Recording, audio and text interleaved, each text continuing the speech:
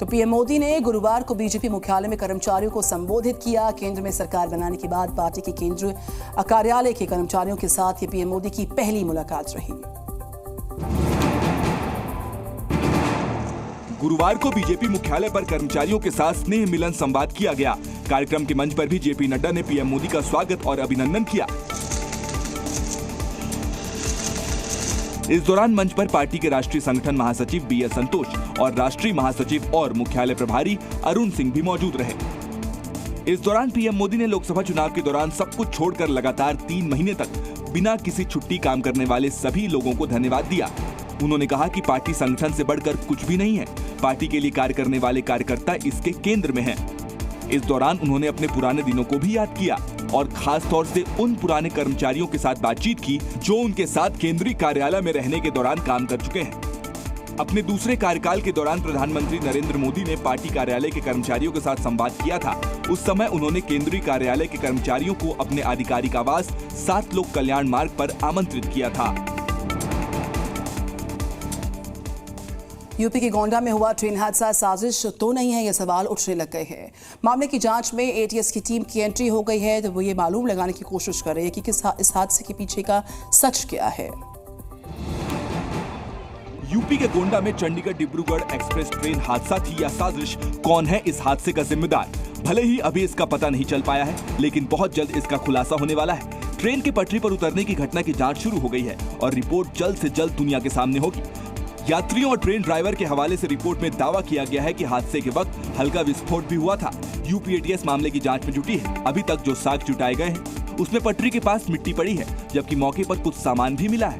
Engine के पहिए पर सफेद पाउडर भी मिला है। थोड़ा धमाका हुआ था, हल्का धमाका हुआ था, थोड़ा जोर से झटका लगा था, बहुत जोर से झटका लगने के बाद 2 बार इधर, तीसरे बार फिर पलट गया। चश्मदीद धमाके की बात जरूर कह रहे हैं, लेकिन रेलवे ने इसकी पुष्टि नहीं की है। दुर्घटना स्थल लखनऊ से करीब 150 किलोमीटर दूर है। दुर्घटना के तुरंत बाद आसपास के ग्रामीणों ने पलटे एसी कोच के शीशे तोड़कर अंदर फंसे यात्रियों को बाहर निकाला। कुछ ही देर में एनडीआरएफ, पुलिस और आरपीएफ के जवानों ने भी मोर्चा संभाल लिया।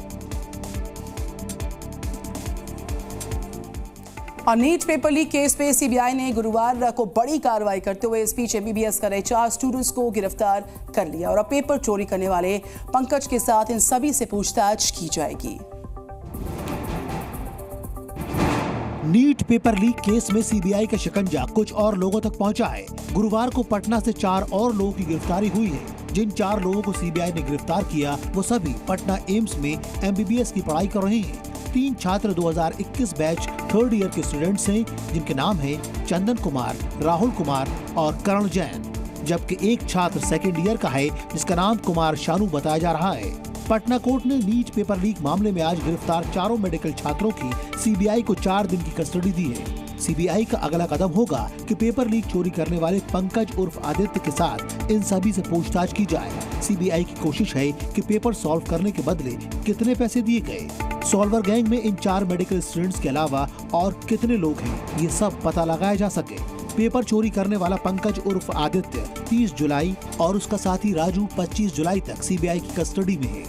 अभी तक वो जो स्टूडेंट सब गए थे वापस नहीं आए हैं सीबीआई कस्टडी से, तो सीबीआई ने हमें बोले हैं कि जितने जल्दी होगा ये हमें भी अपडेट करते रहेंगे। संसद के मॉनसून सत्र के लिए सरकार ने इस बीच 6 नए विधेयकों की सूची बनाई है, जिसे मॉनसून सत्र में पेश किया जाएगा। आपदा प्रबंधन कानून में संशोधन करने वाले विधेयक समेत 6 नए विधेयक अगले हफ्ते शुरू होने वाले संसद के मॉनसून सत्र के दौरान पेश किए जाएंगे। वित्त विधेयक के अलावा सरकार ने नागरिक उड्डयन क्षेत्र में व्यापार करने में आसानी के लिए सक्षम प्रावधान प्रदान करने के लिए विमान अधिनियम 1934 को बदलने के लिए भारतीय वायुसेना विधेयक 2024 को भी सूचीबद्ध किया है। विधेयकों की सूची गुरुवार शाम को लोकसभा सचिवालय की ओर से जारी संसद बुलेटिन में प्रकाशित किया गया है। सत्र के दौरान परिचय और पारित होने के लिए सूचीबद्ध दूसरे विधेयकों में स्वतंत्रता पूर्व युग के कानून की जगह लेने वाला बॉयलर विधेयक, कॉफी संवर्धन और विकास विधेयक और रबर संवर्धन और विकास विधेयक शामिल है। मॉनसून सत्र 22 जुलाई से शुरू हो रहा है, जो कि 12 अगस्त तक चलेगा। वित्त मंत्री निर्मला सीतारमण आने वाले मंगलवार को बजट पेश करने वाली हैं। इसके अलावा लोकसभा अध्यक्ष ओम बिरला ने संसदीय एजेंडा तय करने वाली बिजनेस एडवाइजरी कमेटी यानी बीएसी का भी गठन कर दिया है। 14 सदस्यों वाली इस कमेटी की अध्यक्षता स्पीकर खुद करेंगे। दिल्ली की जामिया मिलिया इस्लामिया यूनिवर्सिटी की बात करें, इसमें धर्मांतरण का जो मामला सामने आया उसमें एक कर्मचारी ने दरअसल विश्वविद्यालय के 3 प्रोफेसर्स पर आरोप लगाया कि उन्होंने उनके साथ अभद्रता की और वो पिछले 2 साल से कर्मचारी के ऊपर धर्म परिवर्तन का दबाव डाल रहे थे। इस पूरे मामले में एफआईआर दर्ज हुई और 1 मिनट में देखिए पूरी खबर दरअसल क्या है। दिल्ली के जामिया नगर थाने में धर्मांतरण का मामला सामने आया है। ये पूरा मामला जामिया मिलिया इस्लामिया यूनिवर्सिटी का है। जामिया के नेचुरल साइंस डिपार्टमेंट में कार्यरत कर्मचारी का आरोप है कि उसे अनुसूचित जाति के हिंदू होने पर यूनिवर्सिटी के 3 प्रोफेसर ने पहले तो जाति सूचक शब्द का इस्तेमाल करते हुए अभद्रता की और उसके बाद इस्लाम कबूल करने का दबाव बनाया। इसके बाद पीड़ित ने जामिया नगर थाने में पूरे मामले की शिकायत दर्ज करा दी है। पीड़ित की शिकायत पर पुलिस ने मामला दर्ज कर तीनों प्रोफेसर से पूछताछ शुरू कर दी है। मेरे को लालच दिया कि आप जो है ना अपना हिंदू दलित धर्म से मुस्लिम धर्म में परिवर्तित हो जाइए, हम आपकी जो भी समस्या है उनका समाधान करेंगे। पीड़ित रामनिवास ने नेशनल अनुसूचित जाति और जनजाति आयोग को भी शिकायत की है, साथ ही डीसीपी को भी पत्र लिखा है। वहीं जामिया मिलिया इस्लामिया ने भी बयान जारी करके रामनिवास के आरोपों को बेबुनियाद बताया। एफआईआर पूरी तरह से बेबुनियाद और झूठी है। रामनिवास एक आतंकवादी है जिसने विश्वविद्यालय की अल्पसंख्यक स्थिति को चुनौती सहित कई मामले दायर किए हुए हैं। साथ ही विश्वविद्यालय के सुचारू कामकाज में बाधा डालने की भी पूरी कोशिश कर रहा है। ब्रेकिंग न्यूज आ रही है। गोंडा ट्रेन हादसे से जुड़ी हुई जानकारी सामने आ रही है। 7 में घायल 2 लोगों को लखनऊ लाया गया। जानकारी सामने आ रही है, जख्मियों को लखनऊ के ट्रॉमा सेंटर में एडमिट किया गया है। एक्सपर्ट्स की डॉक्टर्स की जो टीम है उनकी निगरानी में इनका इलाज जारी रहेगा। तो गोंडा ट्रेन हादसे से जुड़ी बड़ी जानकारी इस वक्त की। 2 जख्मियों को लखनऊ लाया गया। ट्रेन हादसे से जुड़ा ये बड़ा अपडेट है। एक्सपर्ट्स डॉक्टर्स की निगरानी में इलाज जारी। 2 जख्मियों को लखनऊ लाया गया है।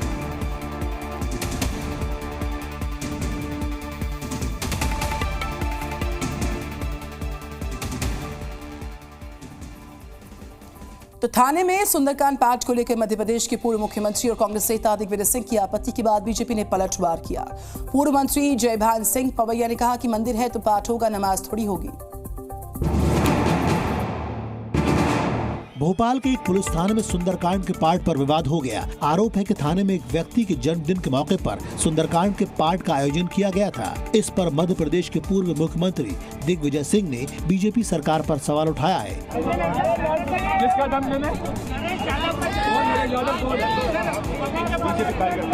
दिग्विजय सिंह ने पुलिस के बड़े अधिकारियों और सरकार से सवाल पूछा है कि आखिर किस नियम कानून के तहत थाने में सुंदरकांड का पाठ किया गया।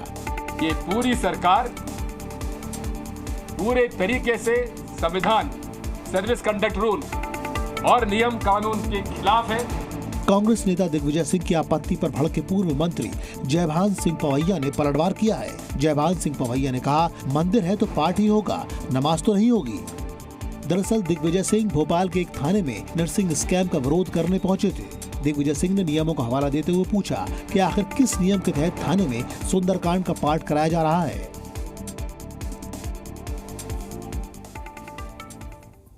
और मुस्लिम विवाह एक्ट को लेकर असम सरकार ने बड़ा फैसला किया।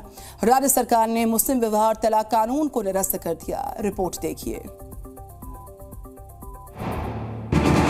असम सरकार ने एक बड़ा फैसला लेते हुए मुस्लिम विवाह कानून रद्द कर दिया है। मुख्यमंत्री हिमंता बिस्वा शर्मा ने सोशल मीडिया प्लेटफॉर्म एक्स पर ये जानकारी दी। उन्होंने एक्स पर अपने पोस्ट में लिखा, हमने बाल विवाह के खिलाफ अतिरिक्त सुरक्षा उपाय करके अपनी बेटियों और बहनों के लिए न्याय सुनिश्चित करने के लिए एक महत्वपूर्ण कदम उठाया है। असम कैबिनेट की बैठक में असम मुस्लिम विवाह और तलाक पंजीकरण अधिनियम और नियम 1935 को निरस्त करने का निर्णय लिया है। वो पहले होना था, ये पास कर लिया। मैं बहुत बहुत बधाई देते हूँ माननीय मुख्यमंत्री जी, उनकी मंत्रिपरिषद को। उनको ये नई चीज़ करके असल जो काम है उनसे भाग के जो काम उनको करना नहीं, उनको लेके वो चमक दिखाना चाहते हैं। निरसन विधेयक 2024 को विधानसभा के आगामी मानसून सत्र के दौरान पेश किए जाने की संभावना है। इस साल की शुरुआत में मंत्रिमंडल ने अधिनियम को खत्म करने की मंजूरी दे दी थी और गुरुवार की बैठक में इस फैसले को लागू करने के लिए आवश्यक निरसन विधेयक को अधिकृत किया गया।